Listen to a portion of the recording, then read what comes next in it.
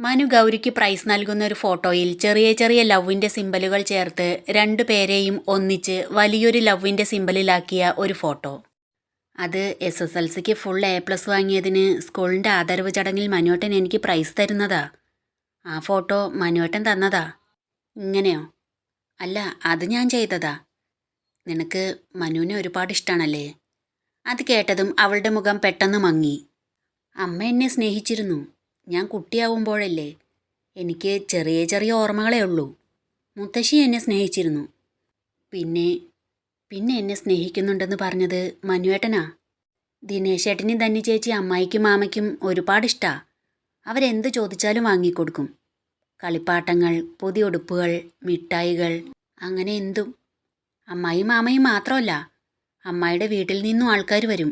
അവർക്കും ദിനേശേട്ടനും ധന്യ ചേച്ചിയും ഒരുപാടിഷ്ടാ. അവർ ഒരുപാട് സാധനങ്ങൾ കൊണ്ടുവന്ന് കൊടുക്കും. ഞാനതെല്ലാം കൊതിയോടെ നോക്കി നിന്നിട്ടുണ്ട്.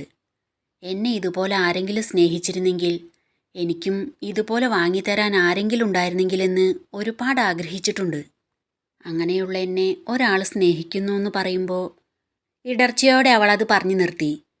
മറ്റുള്ളവരുടെ സന്തോഷം കൊതിയോടെ നോക്കി നിന്ന ആ ബാല്യത്തിൻ്റെ ഓർമ്മകൾ അവൻ്റെ ഉള്ളിൽ വലിയൊരു നോവായി പടർന്നു. അവനൊരു വേദനയോടെ അവളുടെ മുഖത്ത് നോക്കി പുഞ്ചിരിച്ചു. ആ ഫോട്ടോ അലമാരയ്ക്കകത്ത് തന്നെ വെച്ചു. അവൾ കിടക്കാനായി വിരിച്ചിടത്തിരുന്നു. അവൻ ഓരോ ട്രോഫികളായി എടുത്തു നോക്കി. അലമാരയിൽ മറ്റൊരിടത്ത് കുറച്ച് ബുക്കുകൾ ഇരിക്കുന്നത് കണ്ട് അതിൽ നിന്നൊരു ബുക്ക് കയ്യിലെടുത്ത് അവൻ ചോദിച്ചു, നീ വായിക്കുമോ? കിട്ടുന്ന ബുക്കുകൾ. ഇതെല്ലാം സ്കൂളിലെ ഓരോ കോമ്പറ്റീഷനിൽ പാർട്ടിസിപ്പേറ്റ് ചെയ്തതിന് കിട്ടിയതാ. അവൻ ആ ബുക്ക് തുറന്നു നോക്കിയപ്പോൾ അതിൽ നിന്നൊരു ഫോട്ടോ കമിഴ്ന്ന് താഴെ വീണു.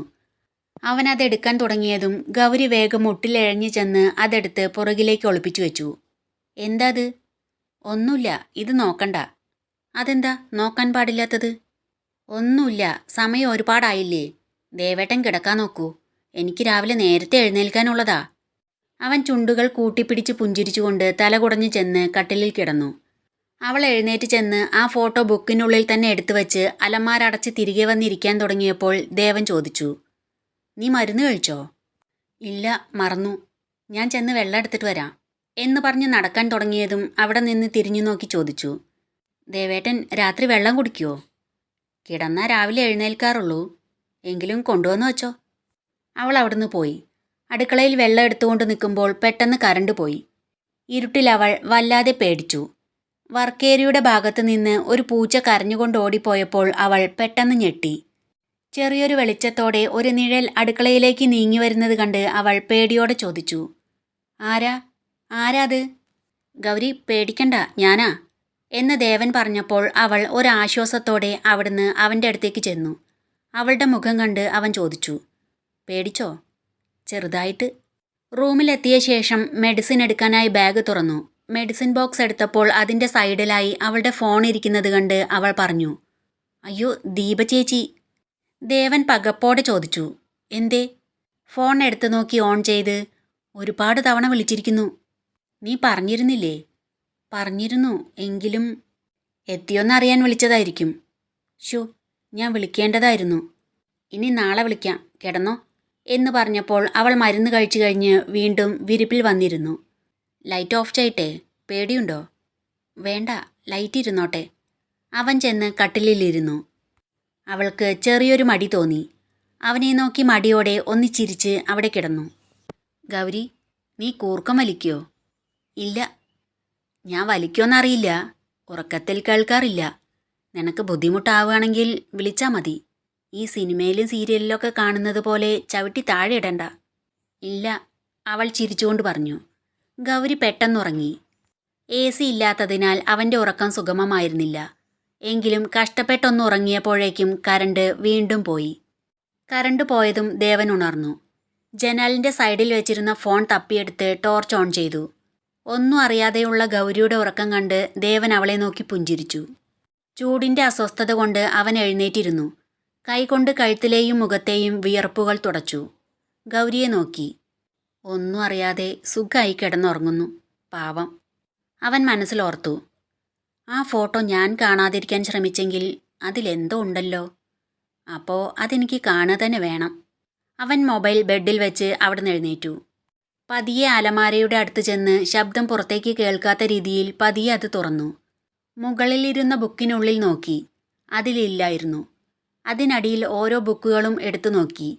ഇടയിലുള്ള ഒരു ബുക്കിൽ നിന്ന് അത് കിട്ടി. ശബ്ദമുണ്ടാക്കാതെ അലമാരയുടെ ഡോറടച്ച് ഫോട്ടോ മൊബൈൽ ടോർച്ചിൻ്റെ അടുത്തേക്ക് കൊണ്ടുവന്ന് നോക്കി. വട്ടമുഖത്തിന് അഴക് കൂട്ടി നെറ്റിയിലും കവിളിലും വലിയ കറുത്ത പൊട്ട്.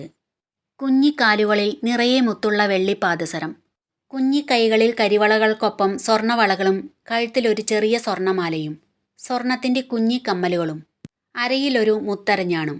ഉടുപ്പുകളൊന്നും ഇടാതെ ഇന്നർ മാത്രം ധരിച്ച് കയ്യിലൊരു പാവക്കുട്ടിയേയും പിടിച്ച് 1.5 വയസ്സോളം പ്രായം തോന്നിക്കുന്ന ഒരു കുട്ടി. കുഞ്ഞി പല്ലുകൾ കാണിച്ച് ചിരിക്കുമ്പോൾ വാലിട്ടെഴുതിയ അവളുടെ കുഞ്ഞിക്കണ്ണുകൾ ചുരുങ്ങിയിരിക്കുന്നു. അവൻ അത് കണ്ട് വല്ലാതെ കൗതുകം തോന്നി. അതൊന്നും അറിയാതെ ഉറങ്ങുന്ന ഗൗരിയുടെ മുഖത്ത് നോക്കി ചിരിച്ചുകൊണ്ട് ദേവൻ പതിഞ്ഞ സ്വരത്തിൽ പറഞ്ഞു, ഇതെന്നെ കാണിക്കാൻ നീ മടിച്ചെങ്കിൽ ഇത് തീർച്ചയായും നിന്റെ ഫോട്ടോ ആയിരിക്കും. വീണ്ടും ആ ഫോട്ടോയിലേക്ക് നോക്കി ചിരിച്ചുകൊണ്ട് പറഞ്ഞു, ഇത് എനിക്ക് വേണം. അവൻ പതിയെ അവൻ്റെ ലാപ്ടോപ്പിൻ്റെ ബാഗ് തുറന്ന് ആ ഫോട്ടോ അതിലേക്ക് വച്ചു. വീണ്ടും ബെഡിൽ വന്നിരുന്ന് റൂമിലെ ചൂട് സഹിക്കവയ്യാതെ അസ്വസ്ഥതയോടെ അവൻ ഷർട്ടഴിച്ച് വിയർപ്പെല്ലാം തുടച്ചു. വെള്ളം എടുത്തു കുടിച്ചു. റൂമിലാകെ ഒന്ന് നോക്കി. ഒന്ന് എഴുന്നേറ്റ് നടക്കാൻ പോലും സ്ഥലമില്ല. കുറച്ചു നേരം കഴിഞ്ഞും കറണ്ട് വരുന്നില്ലെന്ന് കണ്ട് അവൻ കിടന്നു. തിരിഞ്ഞും മറിഞ്ഞും കിടന്നു നോക്കി. ഉറക്കം വരുന്നില്ല. കുറേ കഴിഞ്ഞപ്പോൾ കറണ്ട് വന്നു. എപ്പോഴോ ഉറങ്ങിപ്പോയി. രാവിലെ ഗൗരി ഉണർന്ന് വിരിച്ചു കിടന്നതെല്ലാം എടുത്തു വെച്ച് നോക്കുമ്പോൾ ദേവൻ ഷർട്ടിടാതെ കിടക്കുന്നത് കണ്ട് ഫാൻ സ്റ്റില്ലാക്കി ഒരു പുതപ്പെടുത്ത് മേലിലിട്ട് കൊടുത്തു. ബാഗിൽ നിന്ന് ബ്രഷും കുളിച്ചാൽ മാറാനുള്ള ഡ്രസ്സും എടുത്ത് ലൈറ്റ് ഓഫ് ചെയ്ത് മുറിക്ക് പുറത്തേക്ക് പോയി. ഗൗരിയുടെ അമ്മയ്ക്ക് ബലിയിടാനായി പോകുമ്പോൾ അമ്മാവനും ദിനേശനും കൂടെ ഉണ്ടായിരുന്നു. തിരികെ എത്തുമ്പോൾ 7 മണി കഴിഞ്ഞിരുന്നു. മുറ്റത്ത് കാറില്ലാത്തത് കണ്ട് ഇത്ര വേഗം എഴുന്നേറ്റോ? എവിടെ പോയതായിരിക്കും? അവൾ ചിന്തിച്ചു. റൂമിലെത്തിയവൾ ഫോൺ എടുത്ത് വിളിച്ചു നോക്കി. ഗൗരി, ഞാൻ പുറത്താ. ഡ്രൈവിങ്ങിനിടയിൽ കോൾ അറ്റൻഡ് ചെയ്ത് അവൻ പറഞ്ഞു. എവിടെ പോയതാ? വന്നിട്ട് പറയാം. ചായ കുടിച്ചായിരുന്നോ? ആ. വേഗം വരുമല്ലോ? ആ. കോൾ കട്ട് ചെയ്തു. ദേവൻ സ്കൂളിന് മുന്നിൽ കാർ നിർത്തി അതിൽ മനുവിനെ വെയിറ്റ് ചെയ്തിരുന്നു.